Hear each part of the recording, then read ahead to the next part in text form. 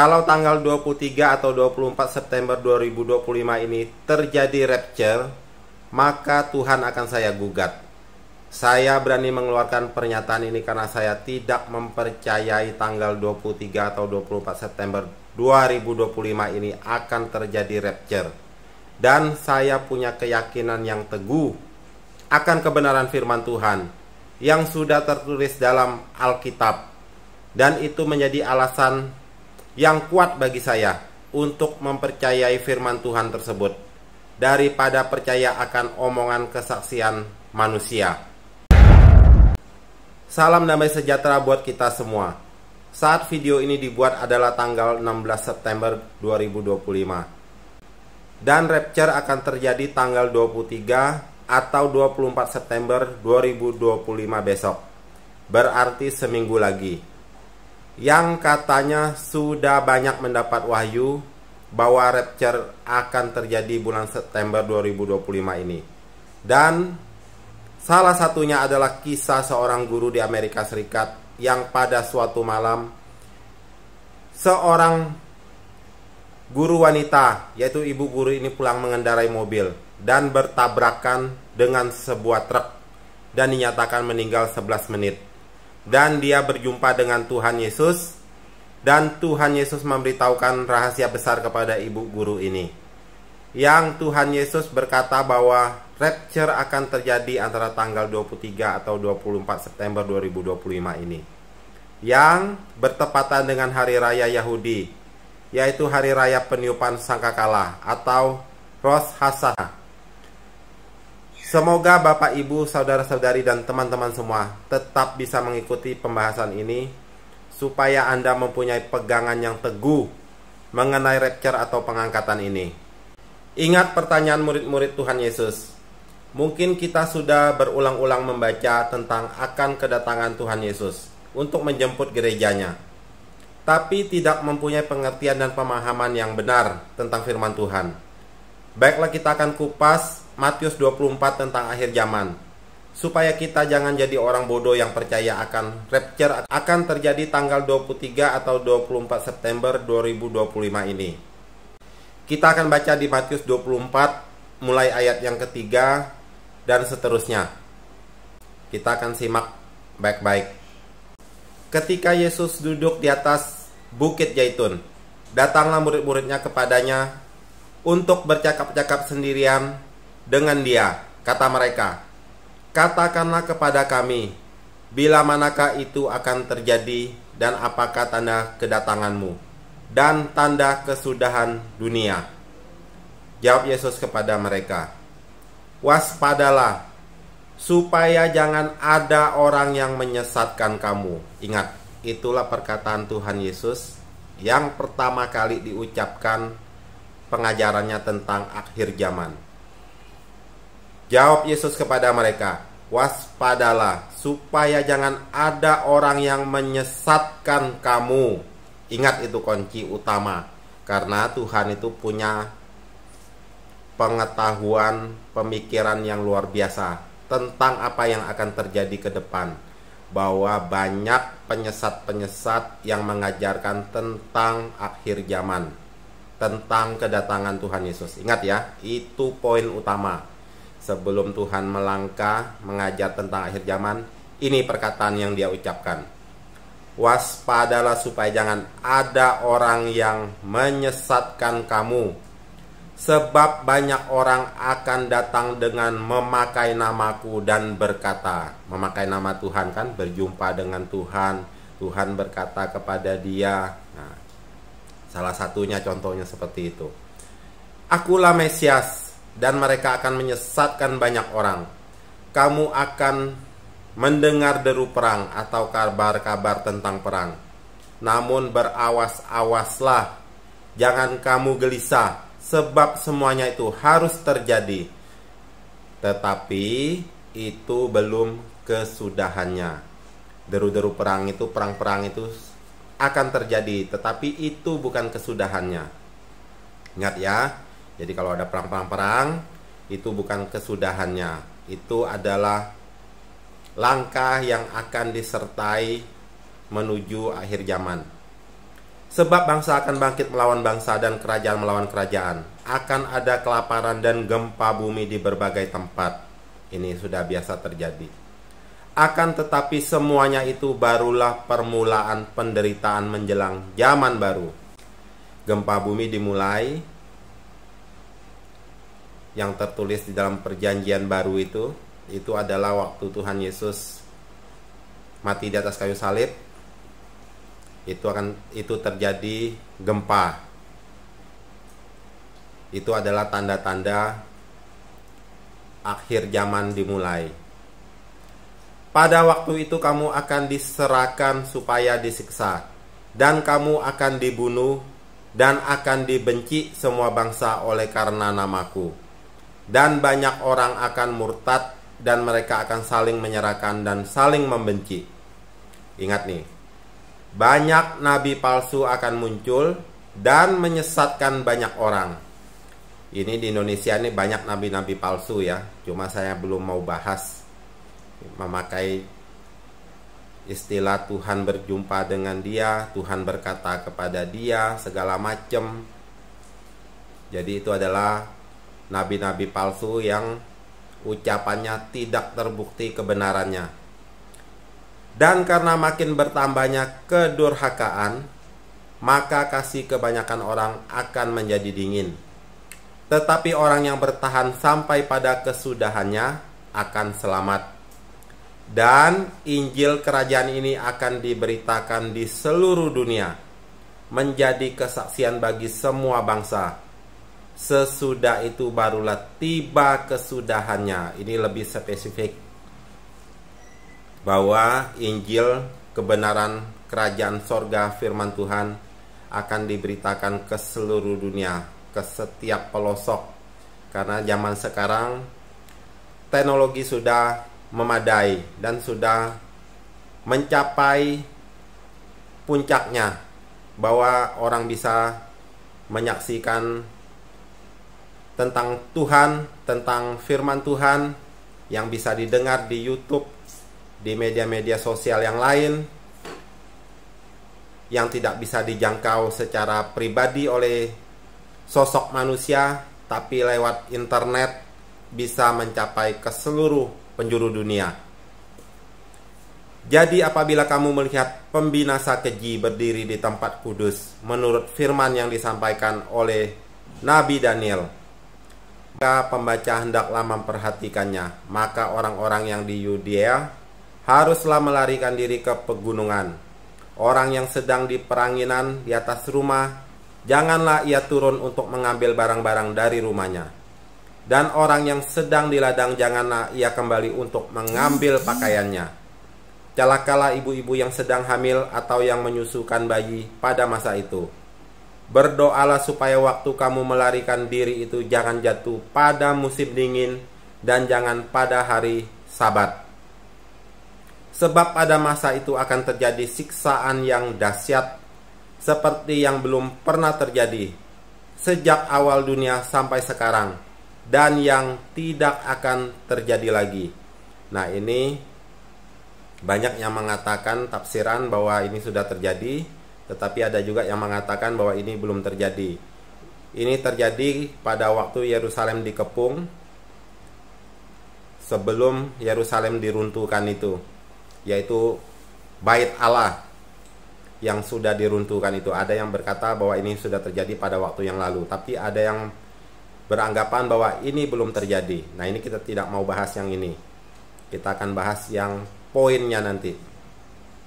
Dan sekiranya waktunya tidak dipersingkat, maka dari segala yang hidup tidak akan ada yang selamat. Akan tetapi oleh karena orang-orang pilihan, waktu itu akan dipersingkat. Pada waktu itu jika orang berkata kepada kamu, lihat, Mesias ada di sini, atau Mesias ada di sana, jangan kamu percaya. Sebab Mesias-Mesias palsu dan nabi-nabi palsu akan muncul, dan mereka akan mengadakan tanda-tanda yang dahsyat dan mujizat-mujizat, sehingga sekiranya mungkin mereka menyesatkan orang-orang pilihan juga. Ini ingat nih perkataan Tuhan Yesus. Mesias-mesias palsu dan nabi-nabi palsu akan muncul. Salah satunya itu kesaksian itu. Tuhan berjumpa dengan dia, mengasih tahu bahwa tanggal 23 atau 24 September 2025 ini akan terjadi rapture. Itu adalah Mesias-mesias palsu. Nah, itu adalah Yesus palsu. Ya kan? Mesias-mesias palsu termasuknya itu. Dan yang menyaksikannya itu adalah nabi-nabi palsu. Yang membuat cerita seperti itu adalah nabi-nabi palsu. Dan yang menyebarkannya, yang percaya, itu juga sama sesatnya itu. Karena dengan ulah begitu mereka menyesatkan orang-orang pilihan juga. Sudah disebut di situ. Mereka menyesatkan orang-orang pilihan juga. Ini ada kesaksian sebenarnya tentang akhir zaman pengangkatan ini. Saya salah satu termasuk orang yang mengikuti dulu ajaran salah satu termasuk sekte ini yang mengajarkan tentang rapture, pengangkatan. Tapi saya tidak mau bahas tentang masalah ini. Jadi saya punya pengalaman tentang hal-hal yang menyesatkan itu. Camkanlah, aku sudah mengatakannya terlebih dahulu kepadamu. Ingat, itu adalah perkataan Tuhan Yesus, bahwa Tuhan sudah mengatakannya terlebih dahulu kepadamu. Kalau kamu masih percaya juga tentang hal-hal yang demikian yang menyesatkan, itu sungguh terlalu. Itu intinya ya. Karena Tuhan sudah bilang nih, camkanlah, aku sudah mengatakannya terlebih dahulu kepadamu. Jadi apabila orang berkata kepadamu, misalkan ada yang seperti ini nih, lihat, ia ada di padang gurun, janganlah kamu pergi ke situ. Atau lihat, ia ada di dalam bilik, janganlah kamu percaya.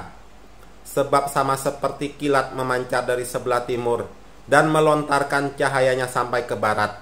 Ingat nih, demikian pula lah kelak kedatangan Anak Manusia, di mana ada bangkai, di situ burung nasar berkerumun.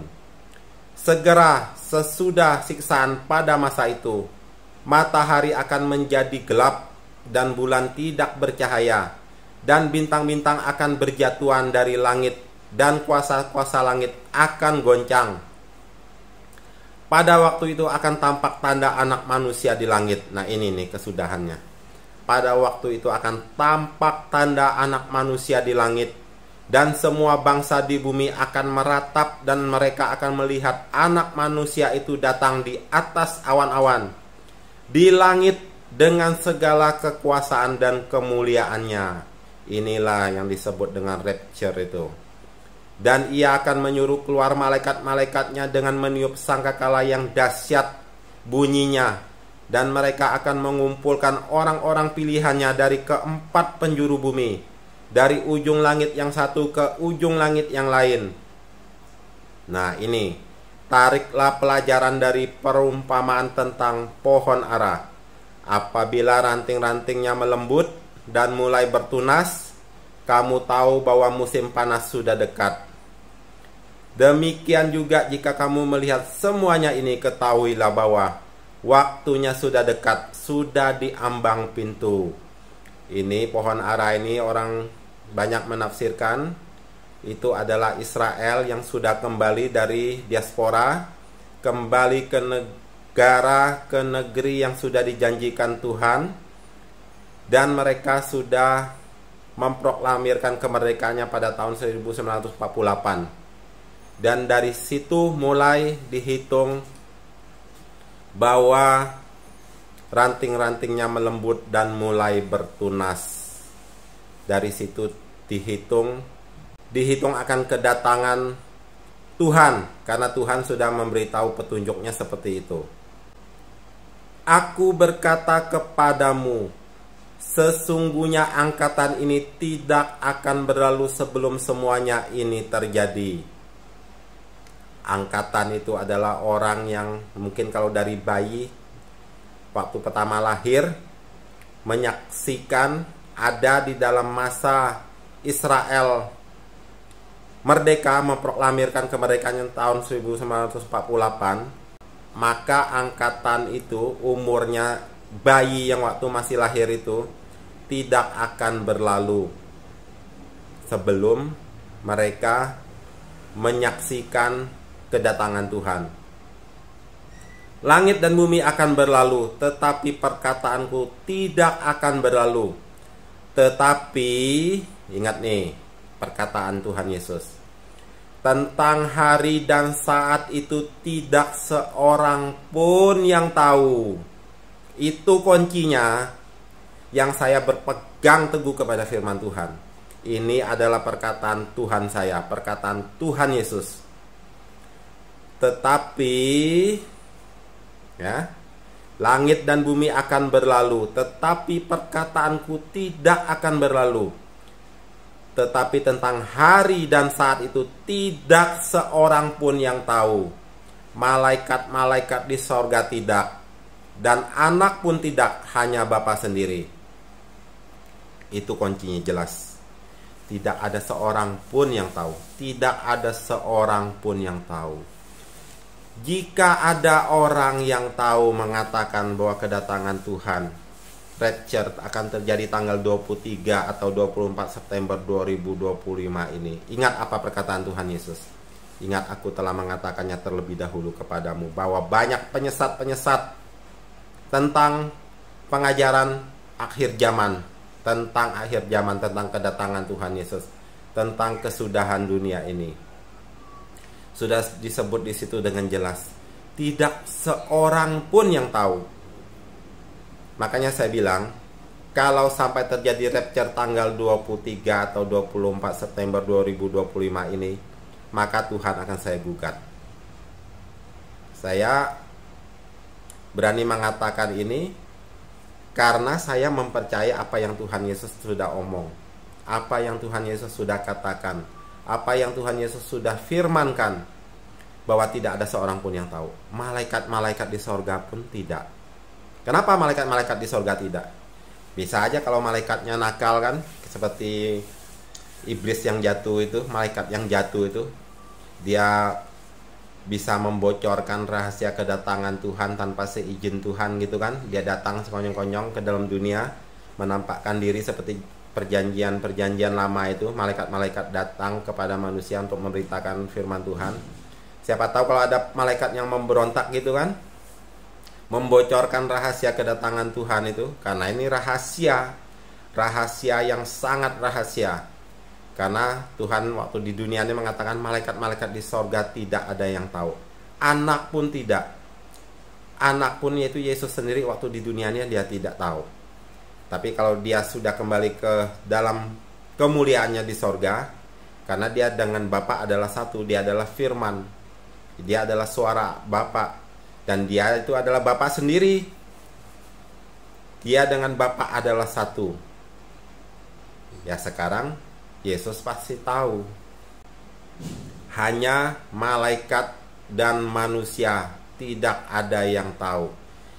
Jika Yesus sudah mengucapkan firman ini, sudah mengatakan firman ini, bahwa tidak ada seorang pun yang tahu, tiba-tiba sekarang katanya kesaksian itu kan, berjumpa dengan Tuhan Yesus, dan Tuhan Yesus ngasih tahu bahwa tanggal 23 atau 24 September ini terjadi rapture tahun 2025 ini. Apakah Tuhan Yesus adalah seorang pendusta yang mengatakan bahwa tidak ada seorang pun yang tahu, tapi tiba-tiba sekarang dibocorkan ada yang tahu? Coba direnungkan.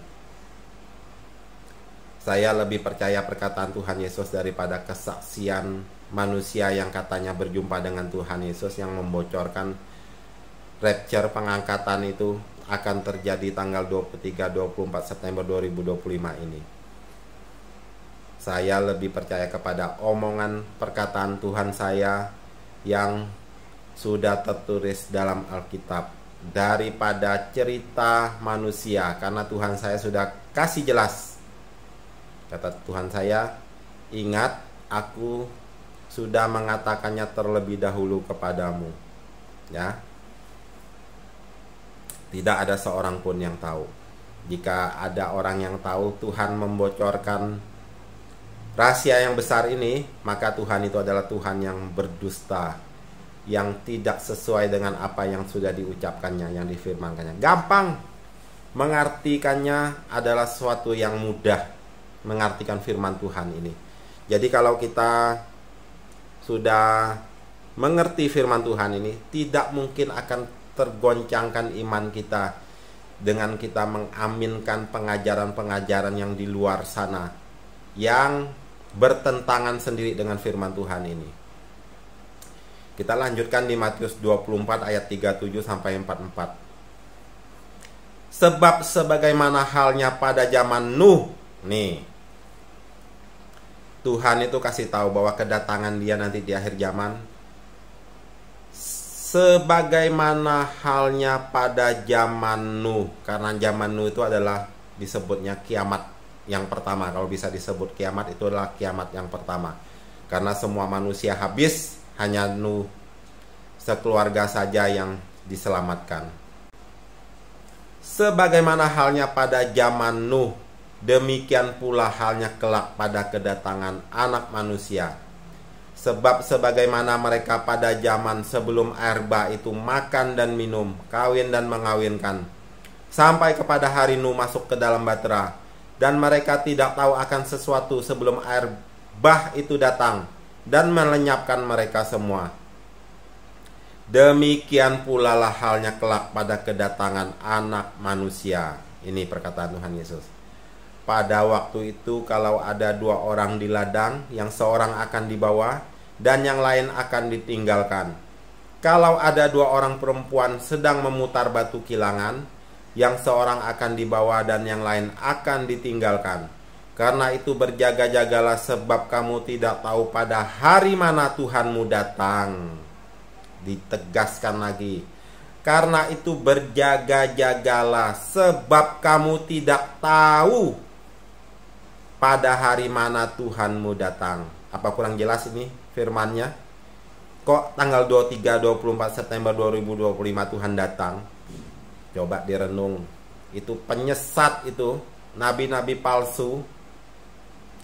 Tetapi ketahuilah ini, jika tuan rumah tahu pada waktu mana pada malam hari pencuri akan datang, sudahlah pasti ia berjaga-jaga dan tidak akan membiarkan rumahnya dibongkar. Sebab itu hendaklah kamu juga siap sedia, karena Anak Manusia datang pada saat yang tidak kamu duga. Anak Manusia datang pada saat yang tidak kamu duga, bukan pada saat yang kamu bisa duga. Tahu kan? Apa kurang jelas?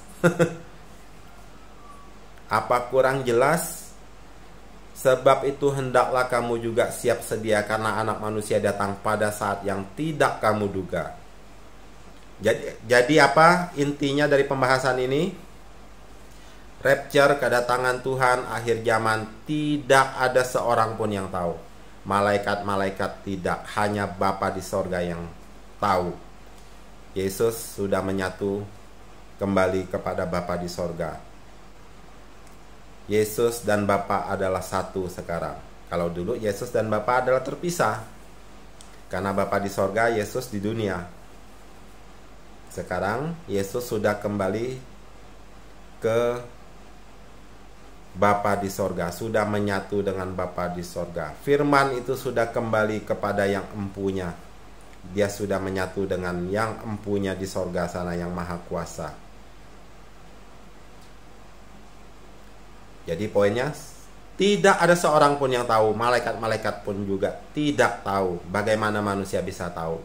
Bagaimana manusia bisa menerima wahyu, katanya berjumpa dengan Tuhan Yesus. Tuhan Yesus kasih tahu dia bahwa rapture akan terjadi tanggal sekian. Itu adalah omong kosong, itu adalah kesaksian palsu, nabi palsu. Tuhan sudah mengatakannya bahwa di akhir zaman nanti, ingatlah, aku sudah terlebih dahulu mengatakannya kepadamu, bahwa akan ada penyesat-penyesat. Itu poin yang pertama, tidak ada seorang pun yang tahu. Jika ada yang bilangnya ada yang tahu, itu adalah omong kosong. Jangan dipercaya mulai sekarang. Kalau ada yang mengajarkan ke depan terjadi rapture sekian-sekian, tanggal sekian, bulan sekian, tahun sekian, ingatlah firman Tuhan ini sudah mengatakan, jangan kita menjadi orang yang bodoh. Jangan kita sudah sekian tahun tapi menjadi orang yang bodoh tentang firman Tuhan. Pengajaran Tuhan kita harus pegang teguh, bukan perkataan kesaksian manusia yang bertentangan dengan firman Tuhan itu sendiri. Yang kedua, banyak pengajar tentang akhir zaman yang mengatakan bahwa pohon ara mulai bertunas, bahwa angkatan ini tidak akan berlalu sebelum semuanya itu terjadi. Angkatan itu adalah yang menyaksikan Israel yang merdeka, yang memproklamirkan kemerdekaannya pada 14 Mei 1948.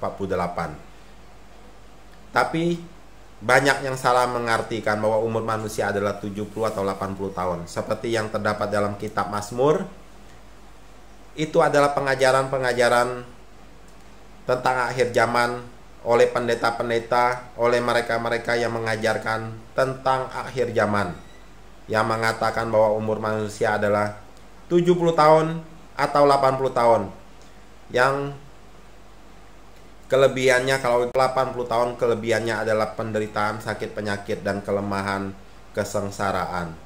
Jadi patokannya adalah umur 70 atau 80 tahun. Padahal kalau kita lihat di kitab Mazmur 90 ayat yang ke-10 itu, bahwa itu adalah doa Musa. Kita bacakan ya. Mazmur 90 ayat 10. Masa hidup kami 70 tahun, dan jika kami kuat 80 tahun. Dan kebanggaannya adalah kesukaran dan penderitaan, sebab berlalunya buru-buru dan kami melayang lenyap. Itu adalah doa Musa yang mengakui bahwa hidup manusia adalah 70 atau 80 tahun. Tetapi apa yang Tuhan firmankan, bahwa umur manusia apakah 70 tahun atau 80 tahun, seperti yang Tuhan Yesus ajarkan tentang akhir zaman, bahwa lihat zaman Nuh, sebelum air batra itu, Tuhan sudah berfirman bahwa umur manusia,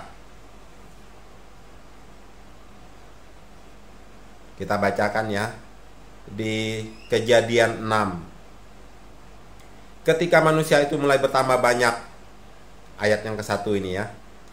Ketika manusia itu mulai bertambah banyak jumlahnya di muka bumi, dan bagi mereka lahir anak-anak perempuan, maka anak-anak Allah melihat bahwa anak-anak perempuan itu cantik-cantik.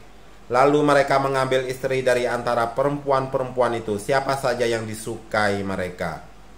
Inilah awal mula Tuhan marah karena mereka melakukan kawin yang sesuka-suka.